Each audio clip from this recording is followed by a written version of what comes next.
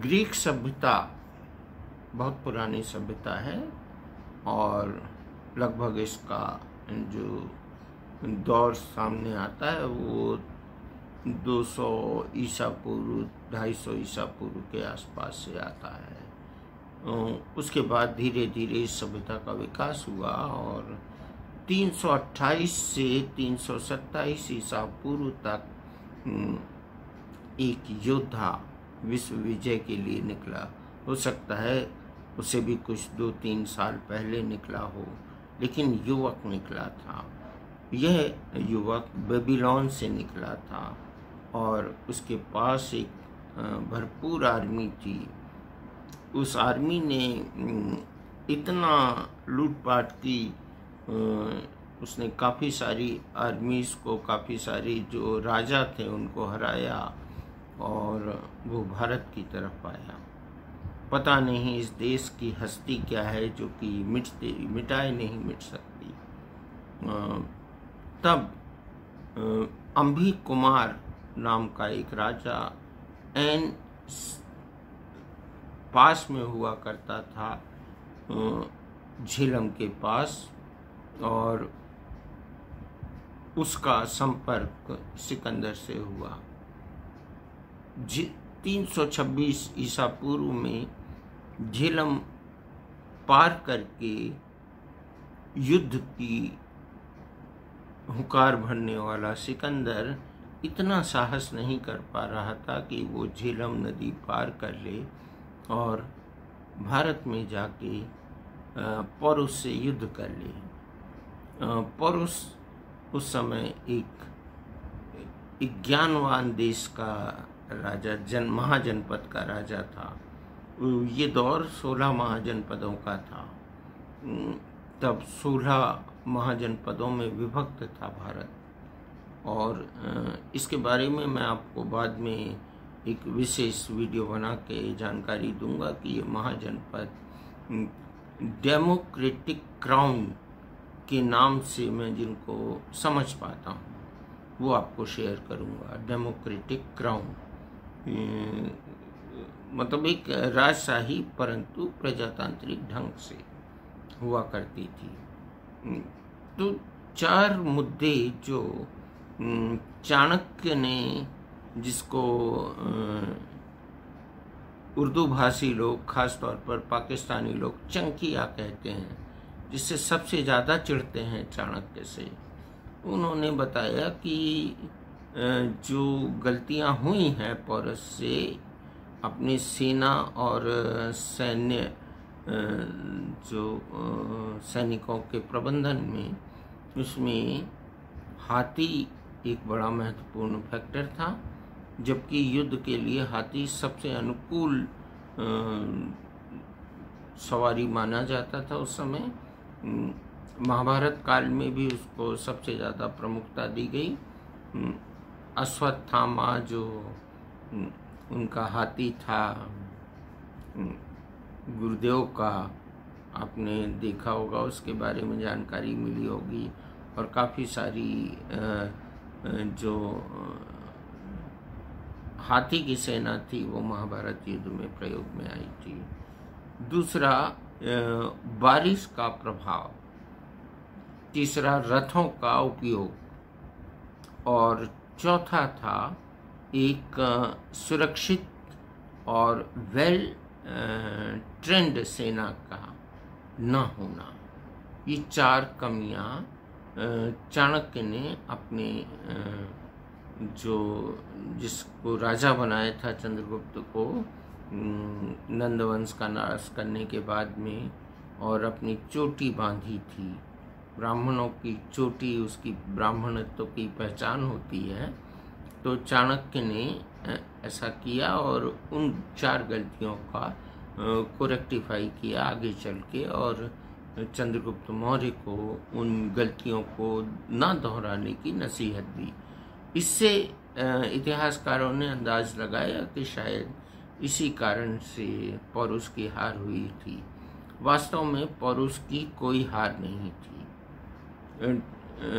देखिए, जहाँ तक कीचड़ वाला मामला है, तो आपको याद होगा कि जनरल मानेकशॉ ने इंदिरा जी को साफ तौर पर युद्ध के लिए इनकार कर दिया था 1971 के युद्ध में, जब पूर्वी पाकिस्तान को पाकिस्तान से अलग करके बांग्लादेश के रूप में एक आकार देना था। मुक्ति वाहिनी को मदद करते रहे, उसे ट्रेनिंग देते रहे, लेकिन इस चाणक्य नीति का उपयोग उन्होंने तब किया कि हम बारिश में युद्ध नहीं करेंगे। और आपने ध्यान दिया होगा कि जियोग्राफिकली जो युद्ध के पूर्व का समय होता है वो बड़ा खतरनाक होता है अगर बारिश हो जाए तो, इसलिए टैंक भी फंस सकते हैं और कीचड़ का भी काफ़ी सारा समस्या संकट पैदा हो सकता है।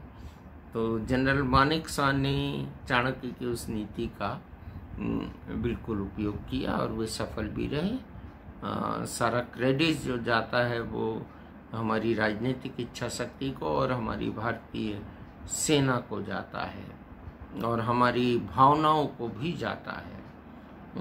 लेकिन अब हम वापस लौटते हैं चंद्रगुप्त मौर्य के भी पहले यानी 326 ईस्वी में झेलम के युद्ध पर।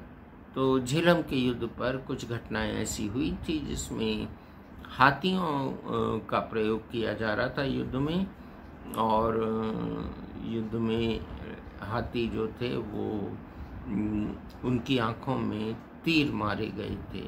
इसके बीच में एक घटना और आती है कि सिकंदर के घोड़े को पौरुष के पुत्र ने मार गिराया था और सिकंदर मरे हुए घोड़े से गिर गया था। तब पौरुष ने उसे छोड़ दिया था। पौरुष ने उस पर ज़्यादा सख्ती नहीं दिखाई थी। उसके अंगरक्षक सिकंदर को लेके भाग गए थे और उसे बचा लिया था।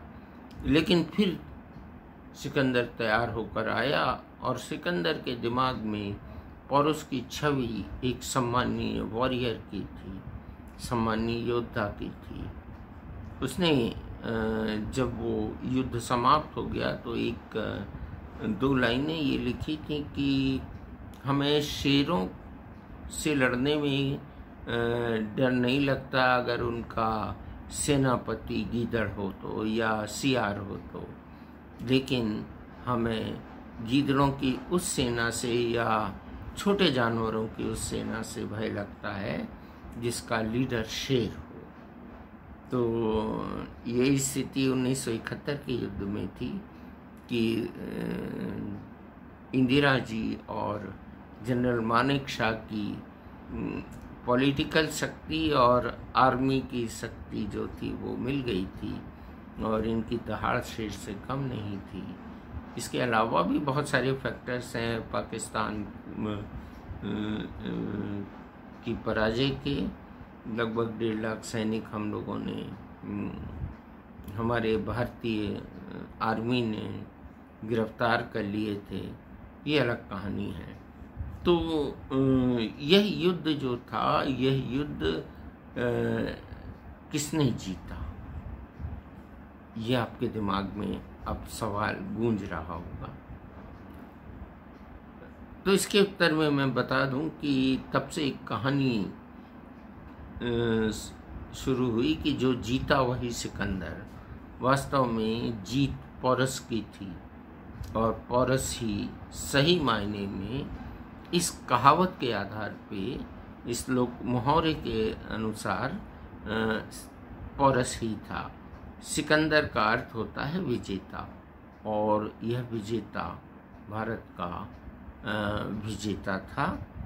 सिकंदर ने अपने कुछ लोगों को छोड़कर भारत गया था और भारत से बेबीलोनिया वापस गया था, जहाँ पर उसने उनको सिर्फ व्यवसाय के लिए छोड़ा था।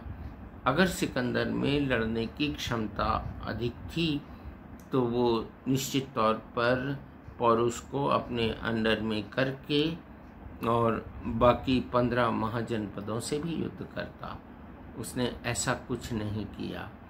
तो मित्रों, कहानी का आशय यह है, पूरे अपने वक्तव्य का आशय यह है कि सिकंदर विजेता नहीं था।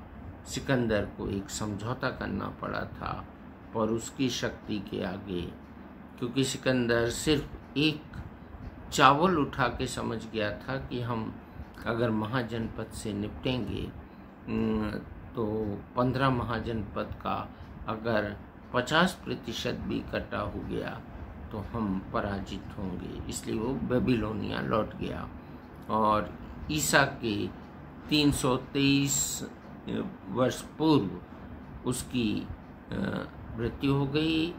ग्रीक लौटते समय, बेबीलोन लौटते समय। और आप भी तय कर लीजिए कि जीता कौन और हारा कौन, क्योंकि जीत हार में अंतिम समझौता यही हुआ था कि भाई जिस क्षेत्र पर हमने कब्जा किया है उसको तो हम छोड़ेंगे ही, साथ ही हम कुछ लोगों को छोड़ देंगे जो हमारे पुराने अंतर संबंधों को, जो ग्रीक और भारत के साथ हुआ करते थे, खास तौर पर व्यापारिक संबंध, उसको हम बरकरार रखेंगे। तो वो अपने राजनयिक छोड़ गया था, ना कि गवर्नर छोड़ के गया था। ये कहानी का अंत है। तो वास्तव में सिकंदर भारत की ना तो आध्यात्मिक शक्ति से जीत पाया, इस पे भी कई वीडियो मौजूद हैं यूट्यूब पर भी और बाकी जगह भी, और कई कहानियाँ भी प्रचलित हैं। तो मित्रों, आपने इस वीडियो को देखा, आप इस वीडियो को पसंद करें, अपने मित्रों तक पहुंचाएं और निसंदेह मेरी व्यूअरशिप बढ़ाएं। आपको ये जानकारी देकर मैं बहुत प्रसन्नता का अनुभव कर रहा हूँ। नमस्कार, जय हिंद, जय भारत, वंदे मातरम।